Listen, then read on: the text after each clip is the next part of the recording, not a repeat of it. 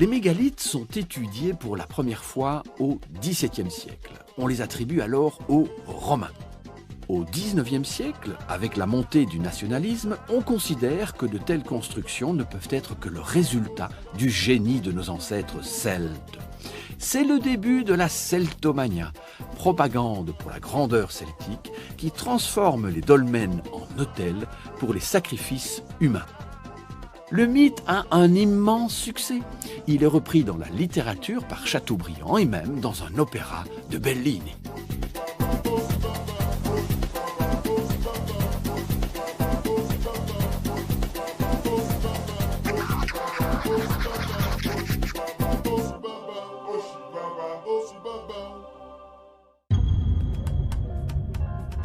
Les dolmens et les menhirs sont des œuvres de la préhistoire. Ce sont de véritables monuments qui peuvent peser plus de 15 tonnes. Ils ont été érigés au néolithique, c'est-à-dire à partir du 7e millénaire, et on va les retrouver à travers toute l'Europe. En Belgique, il existe des sites importants, comme Wéris et Lamsoul. Les dolmens, ce sont des tombes, et le matériel archéologique qu'on y a découvert date aussi du néolithique, c'est-à-dire 2000 ans avant l'arrivée des Celtes. C'est donc une preuve archéologique qu'il s'agit bien d'œuvres de la préhistoire. Les hommes préhistoriques ont d'ailleurs fait preuve d'une grande ingéniosité pour arriver à déplacer et ériger ces énormes dalles qu'ils recouvraient d'ailleurs parfois de terre ou de pierre. Alors, une petite démonstration? C'est facile quand on a la technique. S'il était évident que les mégalithes étaient préhistoriques, pourquoi alors les avoir attribués aux Celtes ? Les vestiges archéologiques sont parfois pris en otage pour faire de la propagande. On constate d'ailleurs au XXe siècle que le nazisme, le communisme, les nationalismes ont parfois coloré la lecture et la transmission du patrimoine préhistorique européen. En fait, la société se projette dans sa vision du passé. Inconsciemment, c'est nous-mêmes que nous cherchons à apercevoir dans le miroir du temps.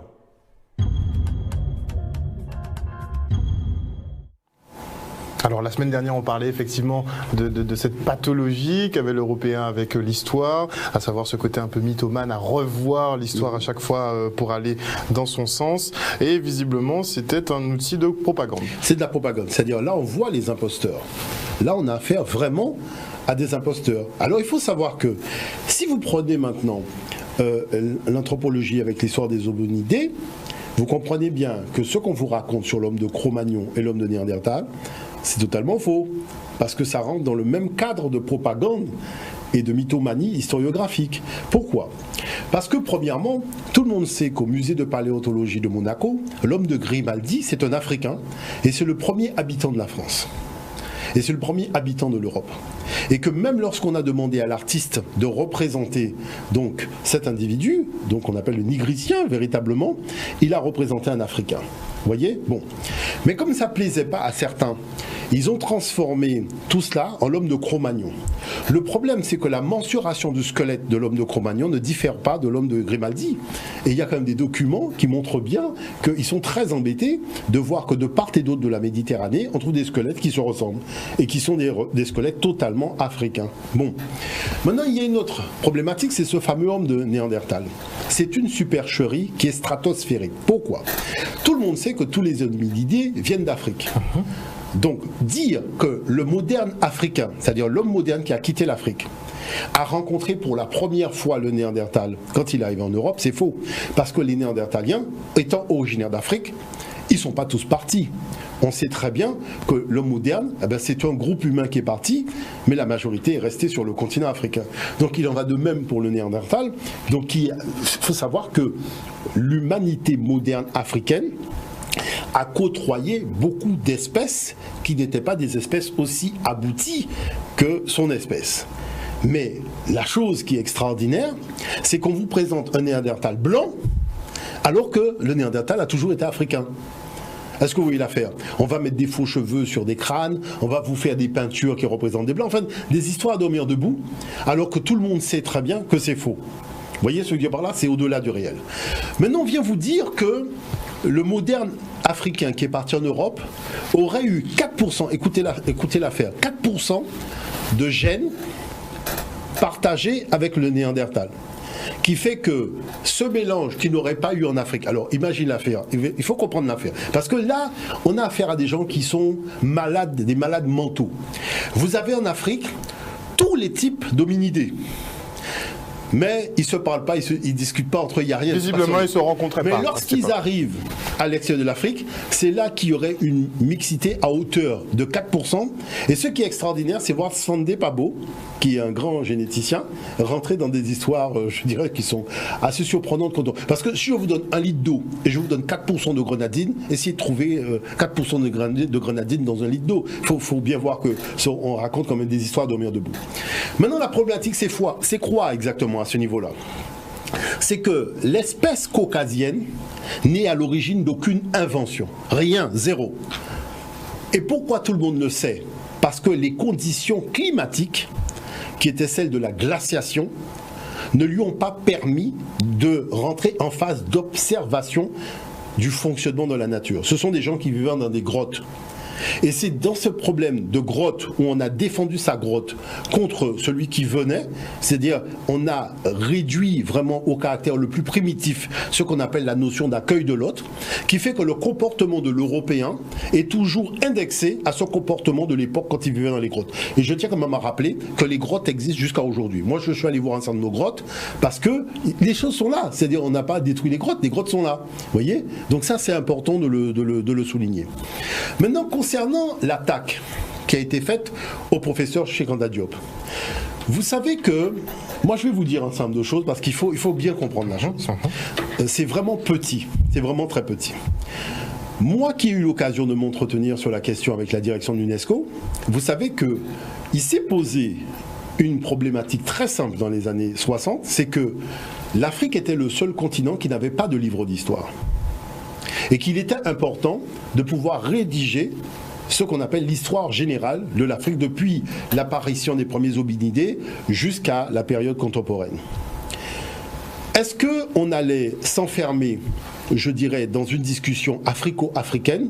Ça a été, je dirais, le côté extraordinaire de l'UNESCO, c'est de permettre une réunion de chercheurs internationaux qui allaient pouvoir débattre de la question. Donc ça, jusque-là, c'est OK. Maintenant, lorsque l'UNESCO demande au professeur Cheikh Anta Diop de se pencher sur le chapitre qui va concerner l'histoire antique africaine avec la civilisation de l'Égypte, le professeur Cheikh Anta Diop dit que je ne veux pas rédiger cette partie seul dans mon coin. Puisque dès que je vais publier mes écrits, ils vont être attaqués par tout le monde. Et il sera trop tard pour faire un débat d'aéropage de savants. Alors, moi, ce que je propose, c'est que nous allons débattre de cette question dans un cadre ouvert et scientifique, en demandant à tous les pays occidentaux d'envoyer leurs plus grands spécialistes dans ce débat. Et moi, je prévois d'avoir 2 autres spécialistes africains à mes côtés, dont le professeur Théophile Obenga et le 3e qui n'a pas pu venir. Bon.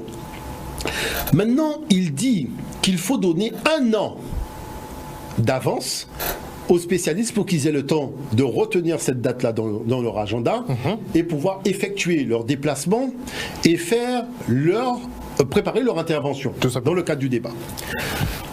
Donc l'UNESCO organise ce colloque au Caire en 1974. On se retrouve face à 2 camps. Il y a le camp de ceux qui disent que les Égyptiens étaient noirs. C'est le camp du professeur Diop et du professeur Obenga. Il y a le camp de ceux qui disent que les Égyptiens étaient des noirs à peau blanche, étaient des blancs à peau noire. Pardon, il faut voir l'affaire. Des blancs à peau noire. Des blancs à peau noire, c'est écrit dans le document de Jean Vevis. C'est des blancs que personne n'a jamais vus. Des blancs à peau noire et à cheveux crépus. C'est-à-dire c'est des blancs qui existent seulement lorsque quelqu'un a fumé quelque chose ou a bu de l'alcool. Mais dans le monde réel, ces blancs-là n'existent pas. Et vous vous retrouvez, non mais il faut comprendre l'affaire, vous vous retrouvez avec un aéropage de savants qui vient discuter de choses sérieuses avec une thèse qui est absurde. Bon. Mais la chose c'est que la direction de l'UNESCO, qui a organisé les débats et qui a eu l'occasion de s'entretenir en privé avec les chercheurs internationaux, s'est dit que s'il n'y a que 2 spécialistes africains face à un aéropage de savants internationaux, ça va être quand même une raclée pour les spécialistes africains quelque part, parce que ils vont avoir des spécialistes en tout, hein, en égyptologie, en anthropométrie, en fait, vraiment des gens qui vont venir avec leur technicité pour démonter leur thèse. Démonter leur thèse. Mais que dit la direction de l'UNESCO?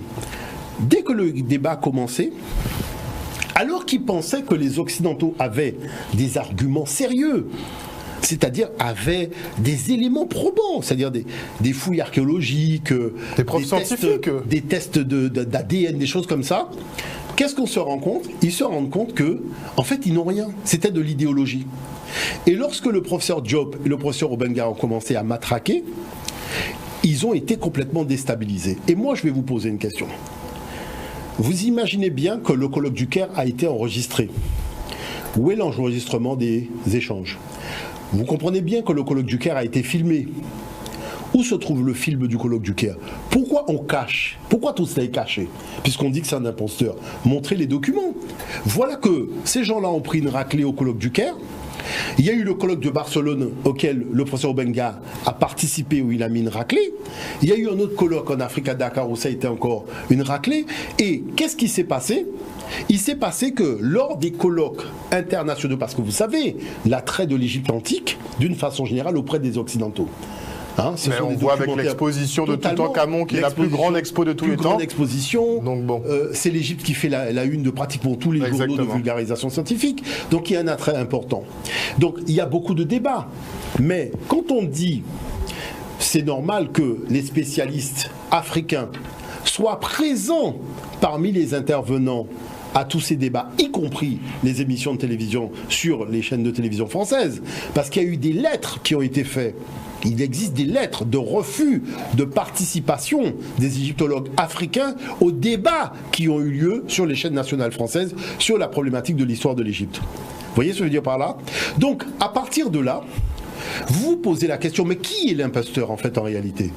Le professeur Diop, il a dirigé un laboratoire de carbone 14, l'IFON à Dakar, qui est en liaison avec le CEA à l'énergie atomique à Gif-sur-Yvette.